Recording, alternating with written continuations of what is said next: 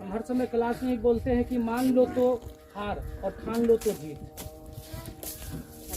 और अभी सफलता की एक ही मात्र जरिया है, ठानना। मेरे प्यारे बच्चे, इस ग्रामीण क्षेत्र की जो समस्या है उससे सब लोग परिचित है। ग्रामीण क्षेत्र की जो समस्या है उसको सब लोग जानते हैं।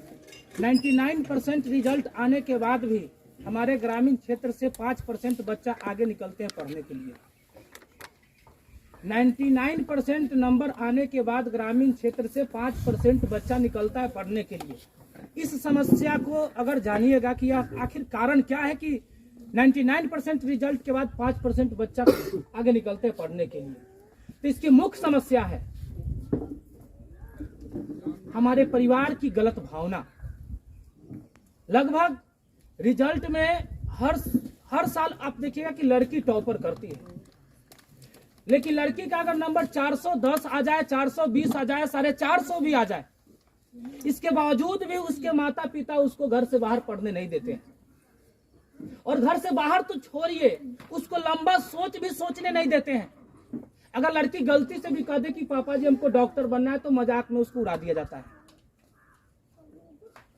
आज भी हमारे समाज में लिंग भेदभाव की कमी नहीं है।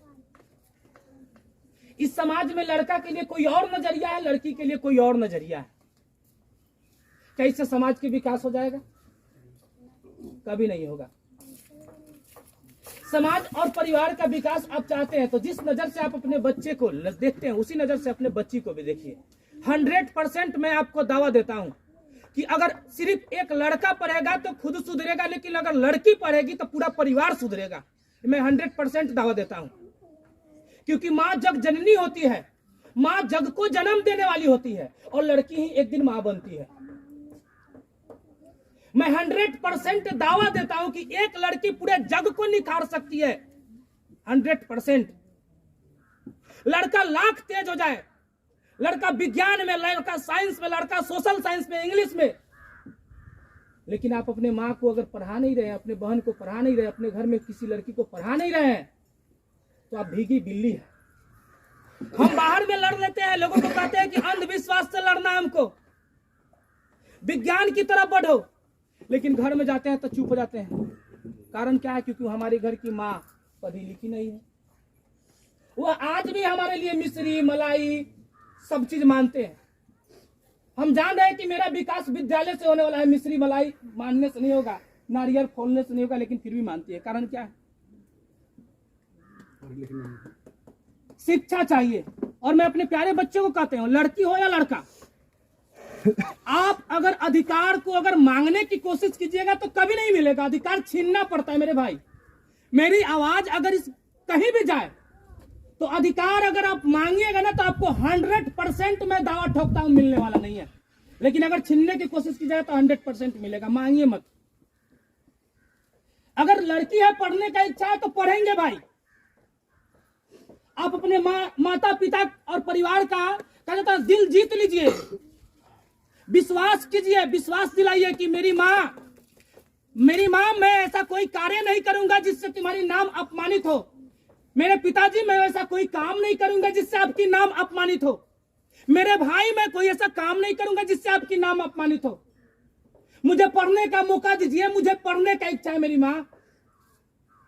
कोई भी लड़की अपने इतना दावा से अगर अपने माता पिता को बोल दे तो मैं 100% विश्वास करता हूं वह कुछ भी करेंगे, लेकिन अपने बच्चे को जरूर पढ़ाएंगे।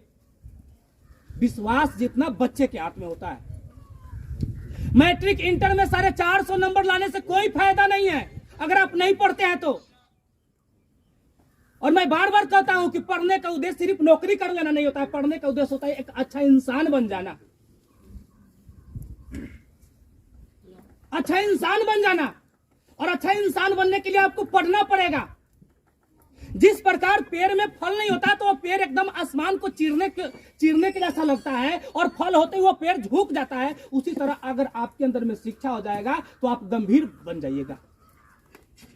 आप गंभीर बन जाइएगा। लड़के लोग हैं, आप कोशिश कीजिएगा। मैं बार बार बच्चे लोग कहता हूं कि मंजिल से आगे बढ़कर तू मंजिल तलाश कर।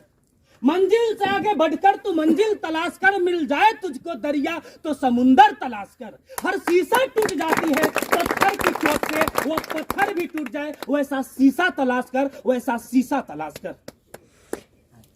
मैं अपने कोचिंग से लेकर कहीं भी किसी भी संस्था में जाकर इसी बात को बोलता हूं कि सोच को उत्तम रखिए, सोच को उत्तम रखिए।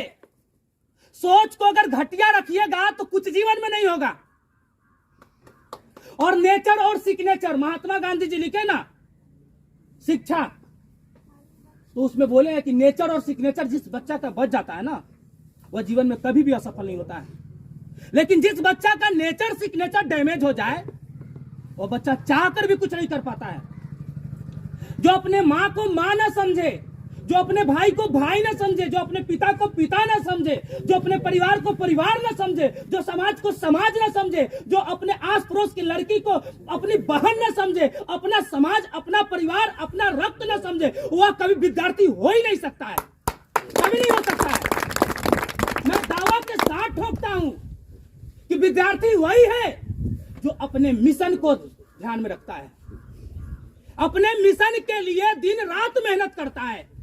समय को देखने वाला विद्यार्थी हो ही नहीं सकता है। मैं 4 घंटा पढ़ लिया, 2 घंटा पढ़ ले, तुम 3 घंटा पढ़ो लेकिन 24 घंटा उसको दौड़ाते रहो। 12 घंटा पढ़ने से आपको सफलता नहीं मिलेगी, रट्टा मारने से सफलता नहीं मिलेगी। आप 2 घंटा पढ़िए लेकिन उसको 24 घंटा तक रगड़ते रहिए, अपने दिमाग में उसको दौड़ाते रहिए। गंदा विचार को इसमें आने नहीं देना है।